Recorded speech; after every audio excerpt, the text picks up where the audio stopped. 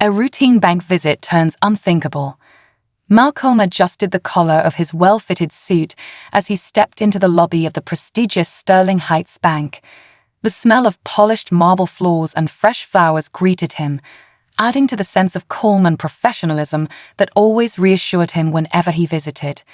This was the kind of institution where people like him, successful, hard-working, and dedicated, should feel respected and valued. Malcolm had been a client for years, steadily growing his business and amassing a reputation for being reliable. Today, he had come to make a significant deposit, one that marked yet another milestone in his journey as an entrepreneur. The bank was busy that afternoon, with customers lining up at the tellers, each engaged in their own quiet business. Malcolm felt a quiet sense of pride as he walked toward the counter, his briefcase securely tucked under his arm. Years of hard work were reflected in that case, and this deposit was just another step forward. As he approached, the tellers carried on in their usual efficiency, smiling, greeting, and serving clients as they always did. But when Malcolm reached the counter, something shifted. The cheerful buzz around him dulled, as if a silent wave of discomfort rippled through the air. The woman behind the glass, whom Malcolm had seen many times before, looked up with a smile that faded almost immediately. Her eyes flickered with hesitation as they met his, and for a moment she seemed unsure whether to address him at all. "Good afternoon," Malcolm greeted her warmly, unfazed. He pulled out his bank card and identification, placing them on the counter. "I'd like to make a deposit."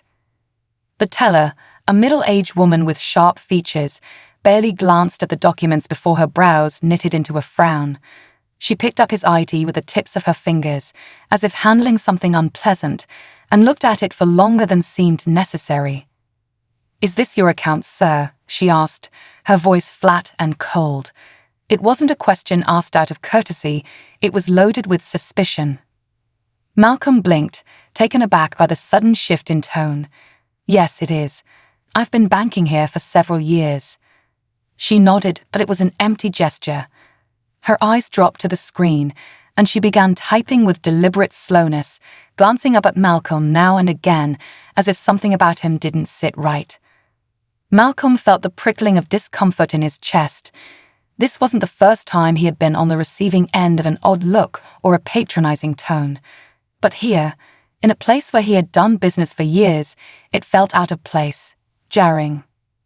"I'll need to verify some details," she muttered, tapping away at her keyboard with an almost exaggerated care. She stood abruptly, taking his ID and bank card with her, disappearing behind the frosted glass wall without another word. Malcolm stood at the counter, watching her retreat with a sinking feeling. The seconds ticked by, and he realized people around him were starting to notice. Customers began glancing in his direction, some with curiosity, others with the kind of sideways glances reserved for someone who might be causing trouble. Minutes passed, then more minutes. The teller didn't return. Malcolm shifted uncomfortably, his mind racing through the possibilities. What could be taking so long?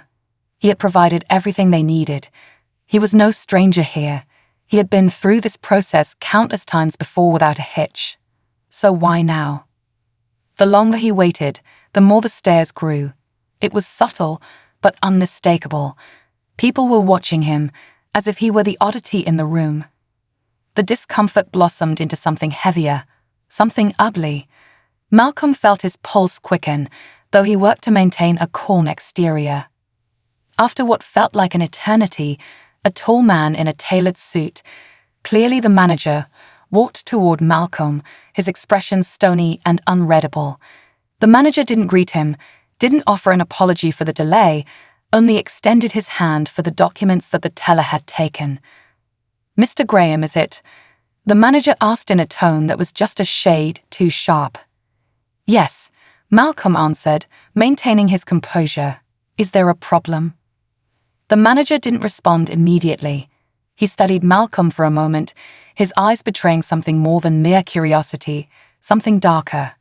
Suspicion, perhaps. "We had some irregularities with large deposits recently," the manager said finally.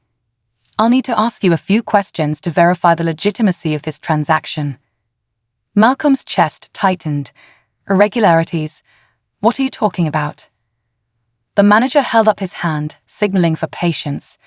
Just a formality, I'm sure. Could you tell me the source of these funds? For a moment, Malcolm stood there stunned. He had heard stories like this before, situations where black men and women were treated with suspicion over mundane matters, but he had never expected it to happen to him. Not here. I run a business, Malcolm said firmly. This is a deposit from our profits. I've provided all the documentation you need. The manager nodded slowly but didn't seem convinced. His eyes flicked down to the screen again, and he began typing, the silence stretching out unbearably. Would you mind waiting off to the side while we continue processing your transaction? The manager asked, his tone making it clear it wasn't a request. Malcolm clenched his jaw. He glanced around the room. People were openly staring at him now, some in pity, others in judgment. He could feel the weight of their eyes, pressing down on him, making him feel small, unimportant, suspect. I prefer to stay here, Malcolm replied, refusing to step aside quietly. The manager's expression didn't change. It will be more comfortable if you wait in the lounge area, he insisted, gesturing toward a corner of the bank where a few seats were arranged. Malcolm knew what this was. He was being put in a box, separated from the rest, so that he could be dealt with quietly, away from the eyes of other clients. It was humiliation, plain and simple. For a moment, Malcolm considered leaving, walking out and taking his business elsewhere, but then something inside him snapped. No, he wouldn't be made to feel small. He wouldn't allow them to treat him like this. He had every right to be here, just like anyone else. He had worked hard for his money, for his success, and he wasn't going to let them diminish that. Fine, Malcolm said quietly, though his voice carried a steely resolve. I'll wait. He turned and walked to the lounge, his head held high, but inside, a storm was brewing. Malcolm wasn't going to let this pass, not this time. As he sat down, he could feel the stares on his back, the whispers echoing in his mind. But he remained seated, determined not to let their quiet accusations break him. This wasn't the end of the story, not even close. The silent accusation. The minutes felt like hours as Malcolm sat in the lounge area, the tension in the air thick and suffocating. The customers milling about, the quiet hum of conversations, and the distant sound of the tellers working seemed like a distant noise, drowned out by the rush of blood in his ears. Malcolm had always prided himself on his patience, his ability to remain calm under pressure, but this was different. Finally, after what seemed like an eternity, the bank manager returned. His face betrayed no emotion as he gestured toward the back of the bank, indicating that Malcolm should follow. Mr. Graham, if you could come with me, please. Without a word, Malcolm stood, straightened his suit jacket, and followed the manager through the rows of desks and offices. The corridor was eerily quiet, the polished floors gleaming under the fluorescent lights. Malcolm's mind raced, but his face remained impassive, his body language composed. He refused to show any sign of distress, not to this man. The manager led him to a small, dimly lit office at the back of the bank and closed the door behind them. The room was sparsely furnished, just a desk, 2 chairs, and a single framed photograph of what appeared to be the bank's headquarters. No personal touches, no warmth. The manager took a seat behind the desk and motioned for Malcolm to sit across from him. Thank you for your patience, Mr. Graham, the manager began, though his tone lacked sincerity. He tapped the edge of a thick file in front of him, the edges of papers peeking out as though something was waiting to be revealed. Malcolm sat down slowly, his eyes fixed on the manager. He knew where this was going.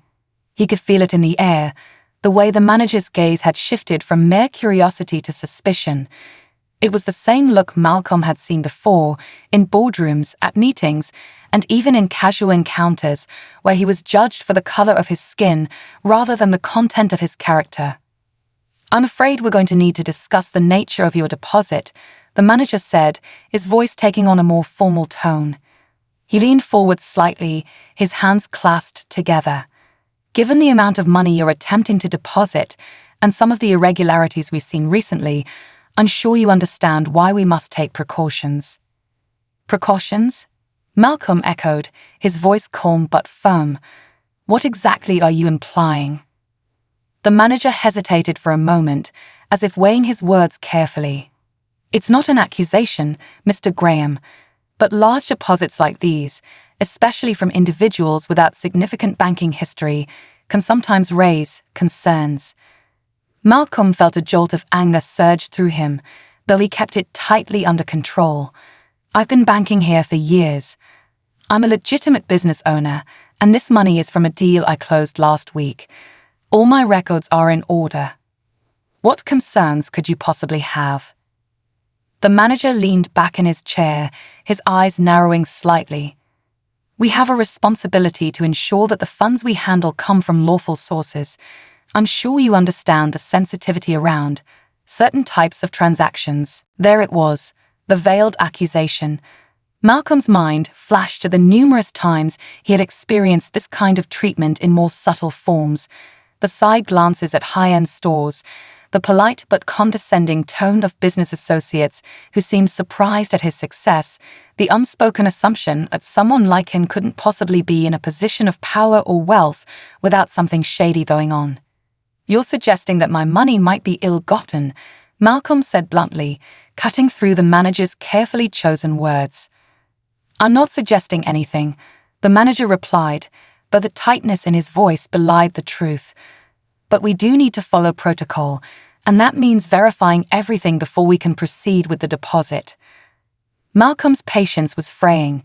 He reached into his briefcase and pulled out a neatly organized folder, handing it to the manager.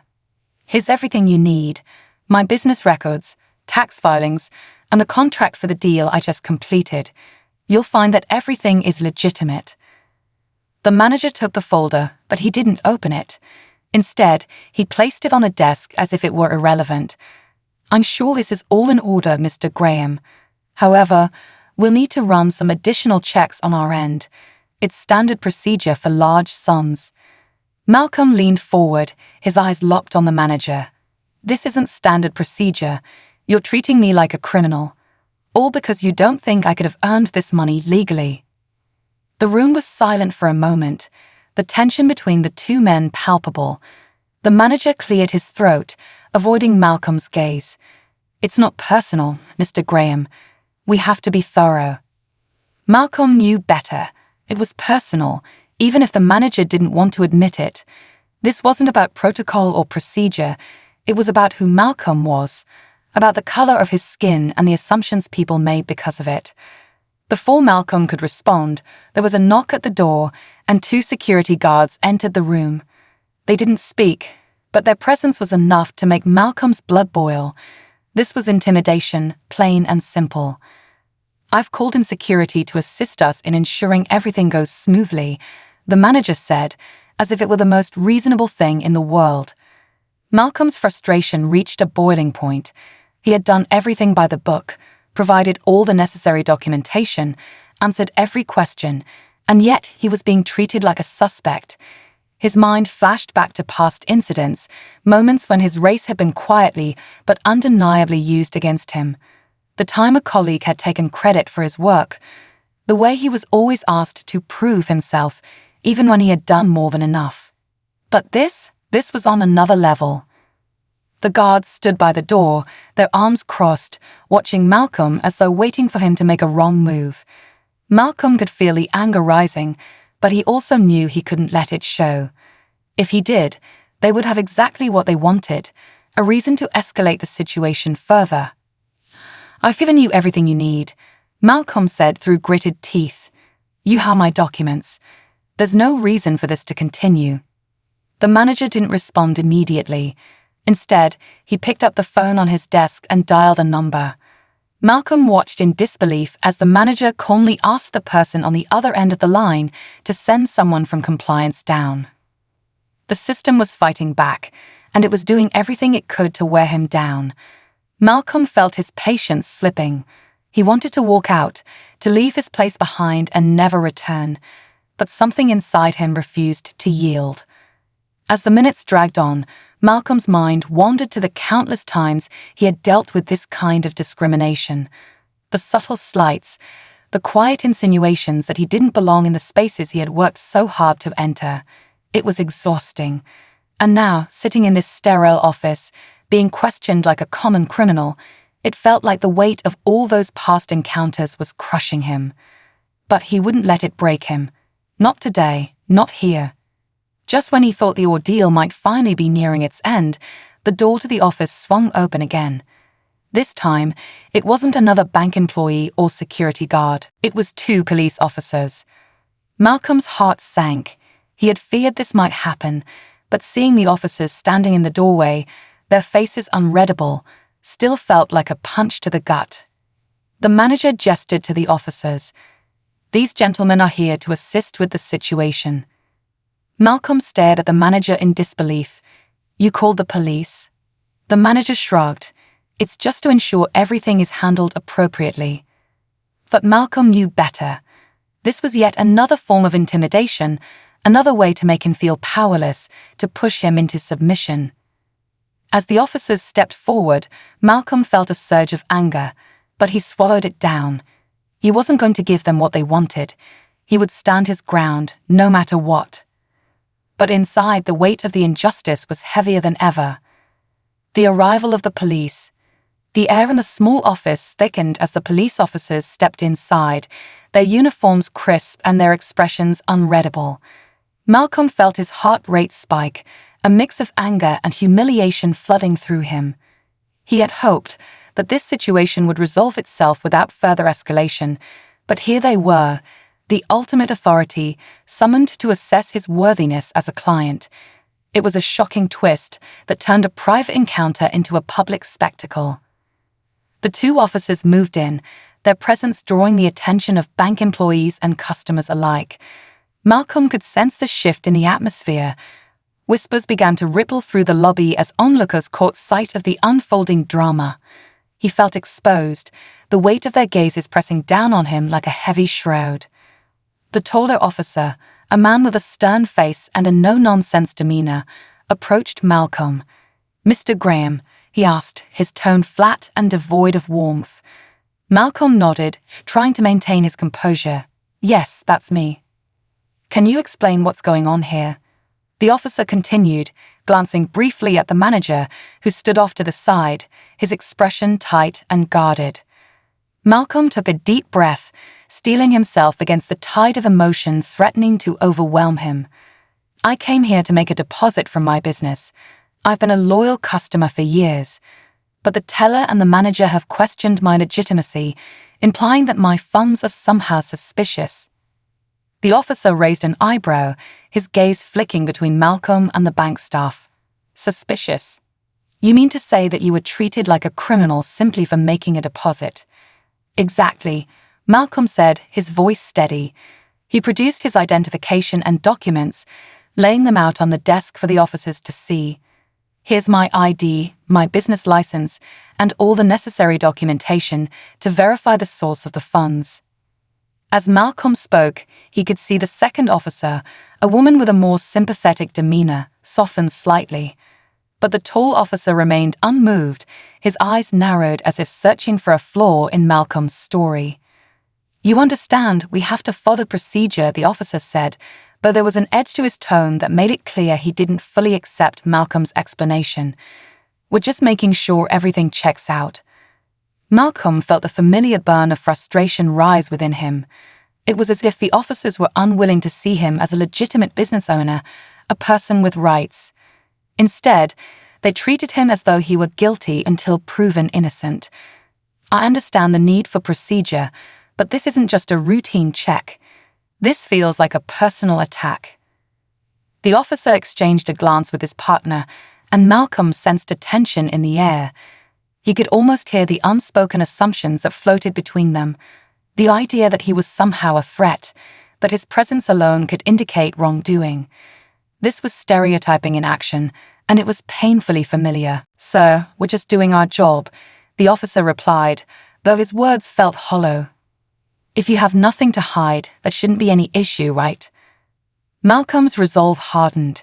He considered his legal rights, recognizing that this moment could define a larger battle for justice, not just for himself, but for countless others who had faced similar treatment.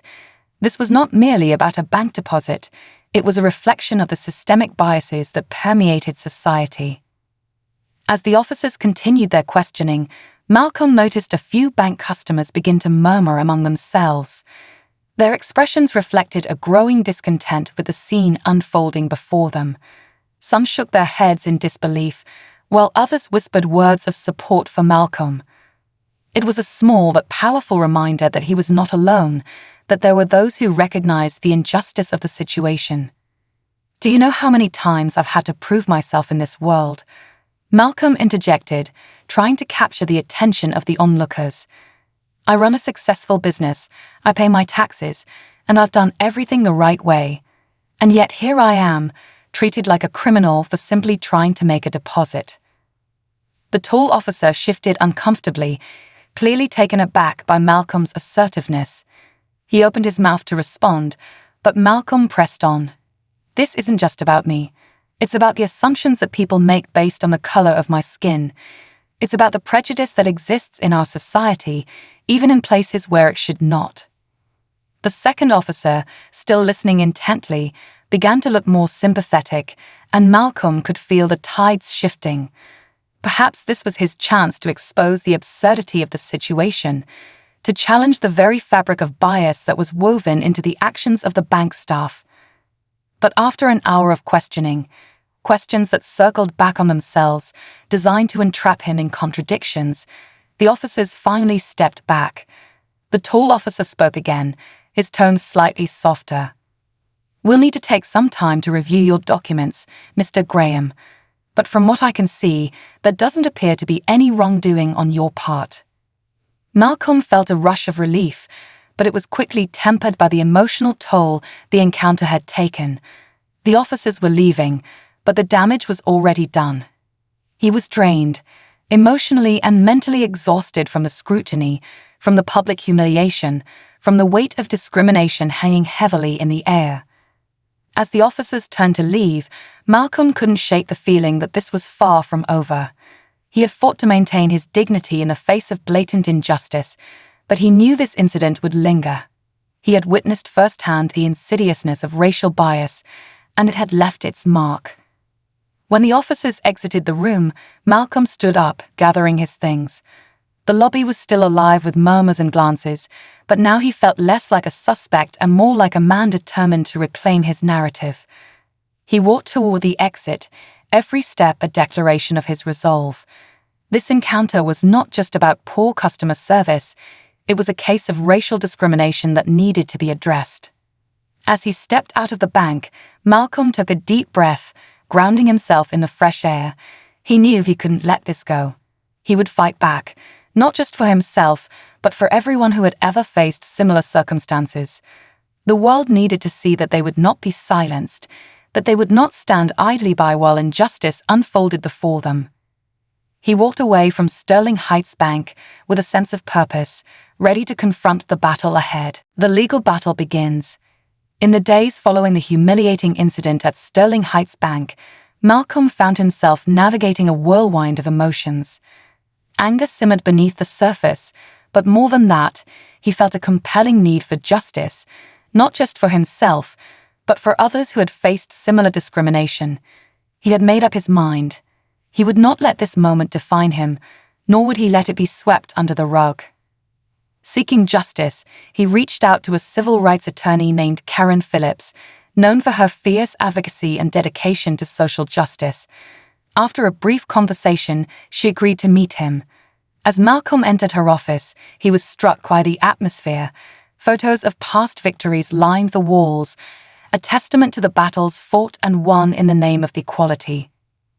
"Mr. Graham, it's a pleasure to meet you," Karen said, her expression warm but serious. "I've heard about your situation, and I want to assure you that I take these matters very seriously." "Thank you for seeing me," Malcolm replied, feeling a flicker of hope. "I need to know what my options are." This can't go unchallenged. They spent the next hour discussing the specifics of the case, the implications of racial profiling, and the possibility of filing a lawsuit against the bank. Karen outlined the legal landscape, explaining what would be necessary to prove discrimination. We'll need to gather evidence, documents, witness testimonies, and any security footage from the bank, she advised. The more we have, the stronger our case will be.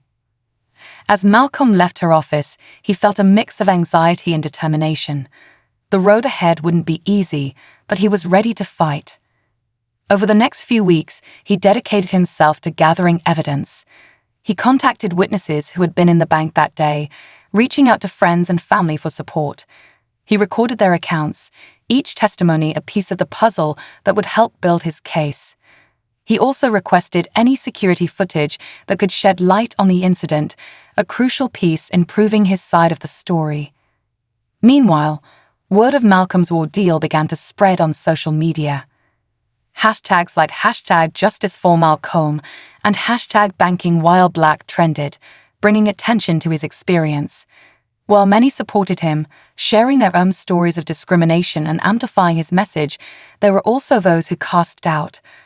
Comments questioning his version of events, suggesting he was exaggerating, popped up alongside messages of solidarity. Malcolm tried to ignore the negativity, but it weighed heavily on him. He had faced adversity before, but reliving this situation in the public eye was emotionally draining. Late nights were often spent scrolling through social media, battling the anxiety that accompanied both support and skepticism. Fortunately, his family and friends rallied around him, offering encouragement and understanding. They listened as he recounted the incident, allowing him to process his feelings, even when the pain threatened to overwhelm him.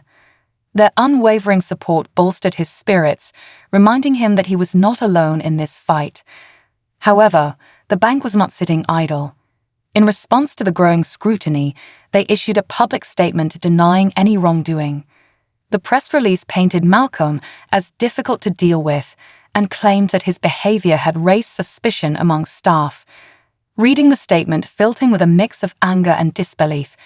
The bank was trying to shift the narrative, deflecting blame and casting him as the problem. "This isn't just about me anymore," Malcolm said to Karen during one of their meetings.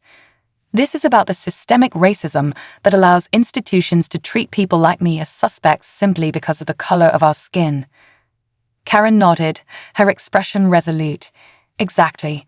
This case isn't just about winning. It's about setting a precedent. It's about holding institutions accountable for their actions and making sure this doesn't happen to anyone else."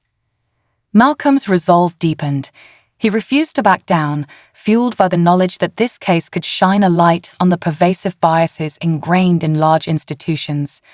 He felt a sense of responsibility to advocate not just for himself, but for all those who had been unjustly treated.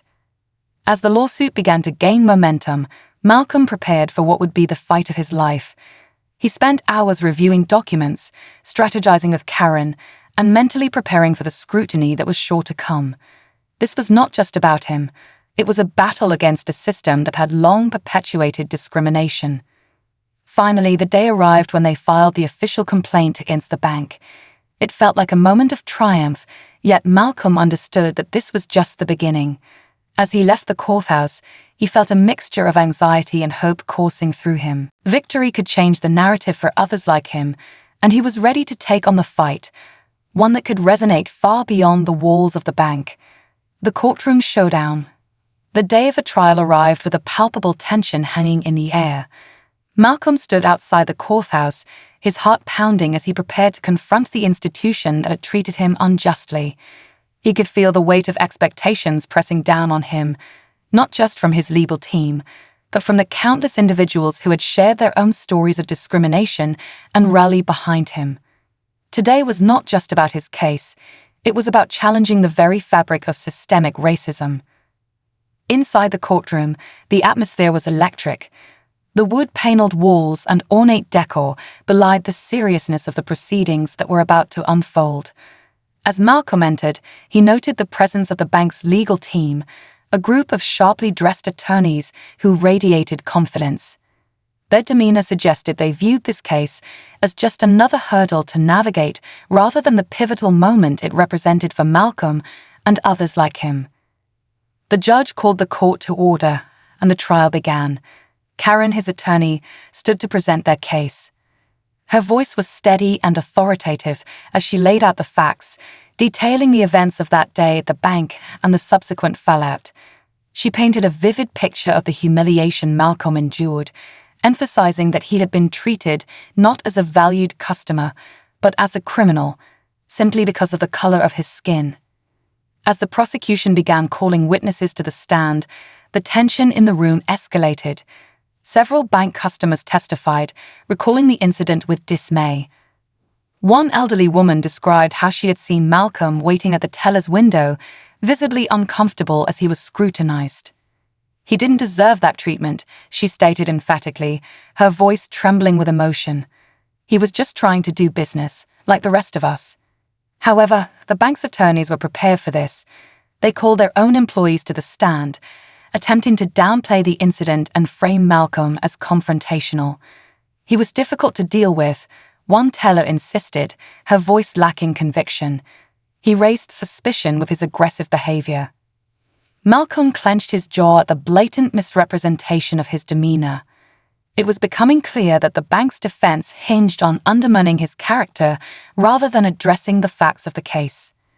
As the proceedings continued, a shocking revelation emerged.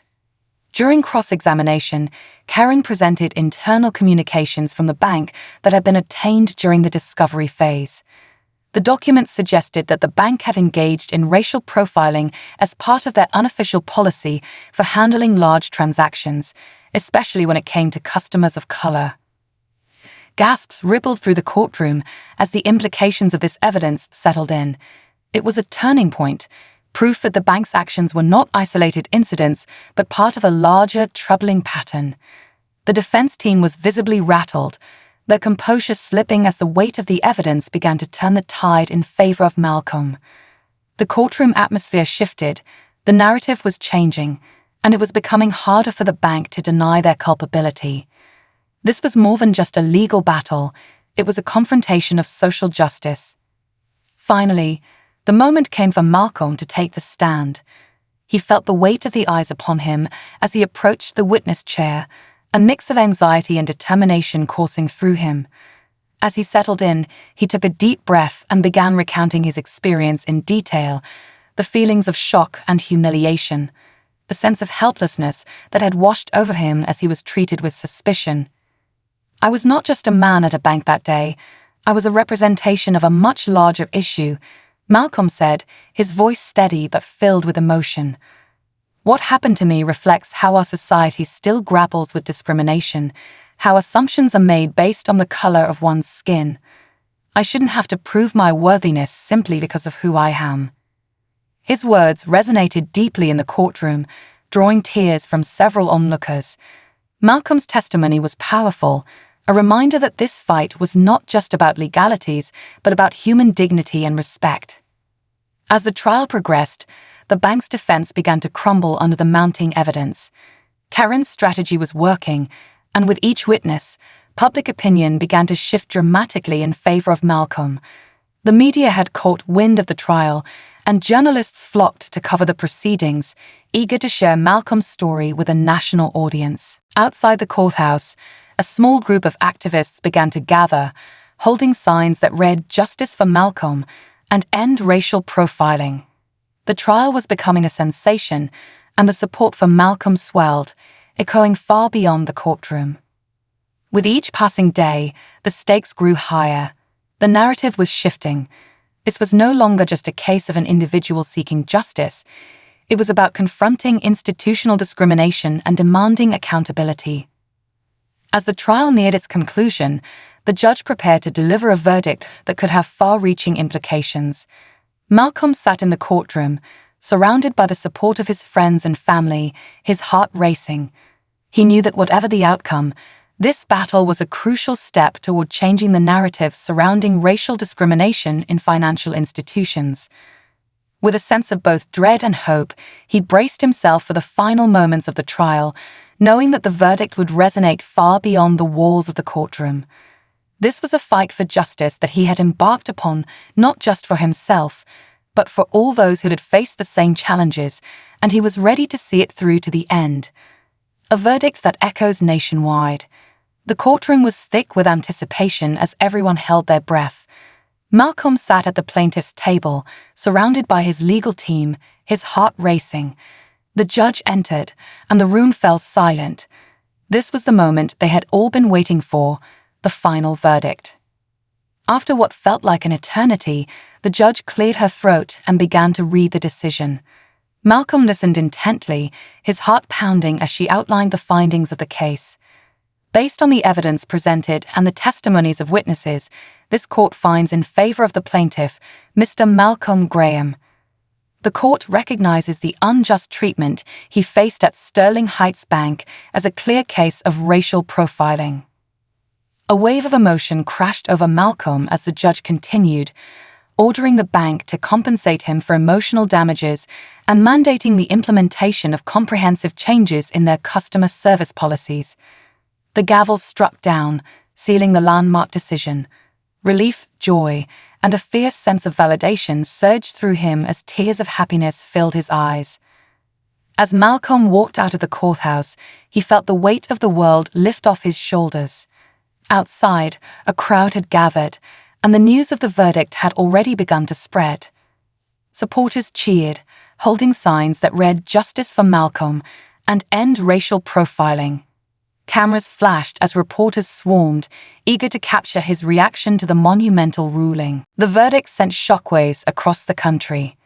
Discussions on racial profiling erupted in news outlets, social media platforms, and communities everywhere. Victims of similar experiences began coming forward, sharing their stories and echoing Malcolm's fight for justice. The case had ignited a conversation that many had long avoided, shedding light on the pervasive issue of discrimination in financial institutions and beyond. Malcolm found himself in the spotlight, a reluctant hero who had unwittingly become a symbol of resilience. In the weeks following the trial, he made appearances on talk shows and community forums, advocating for systemic change. He shared his experiences candidly, not just as a personal narrative, but as part of a larger movement demanding accountability. Despite the pain and hardship he had endured, Malcolm emerged from the ordeal stronger than ever. He realized that this fight wasn't just about him. It was about creating a safer, more equitable world for future generations. With each speech and interview, he felt a renewed sense of purpose. The bank, now facing public outrage and a tarnished reputation, issued an official apology to Malcolm. They'd promised to reform their policies, ensuring that training on racial bias and customer service would be implemented for all employees. However, the damage was done, trust had been broken, and the stain of this incident would linger. As Malcolm reflected on his journey, he understood that his victory was not just a personal triumph. It was a message of hope for countless others who faced similar struggles. He had turned his pain into power, and he was determined to use his platform to advocate for those who had been silenced for too long. The story culminated in a public speech he delivered at a community rally, attended by supporters, activists, and those seeking justice. Standing before the crowd, he felt the electricity in the air, the palpable energy of hope and determination. "We must not remain silent in the face of discrimination," Malcolm declared, his voice strong and resolute. "Each one of us has the power to stand up for our rights, to challenge injustice wherever we see it. Our stories matter, and together we can create change."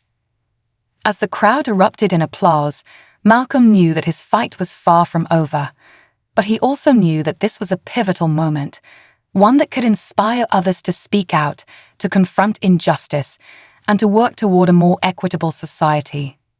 Malcolm's victory became a symbol of hope and resilience, proving that one person's fight for justice could indeed make a difference. He had faced the storm, emerged victorious, and now he was ready to help others do the same.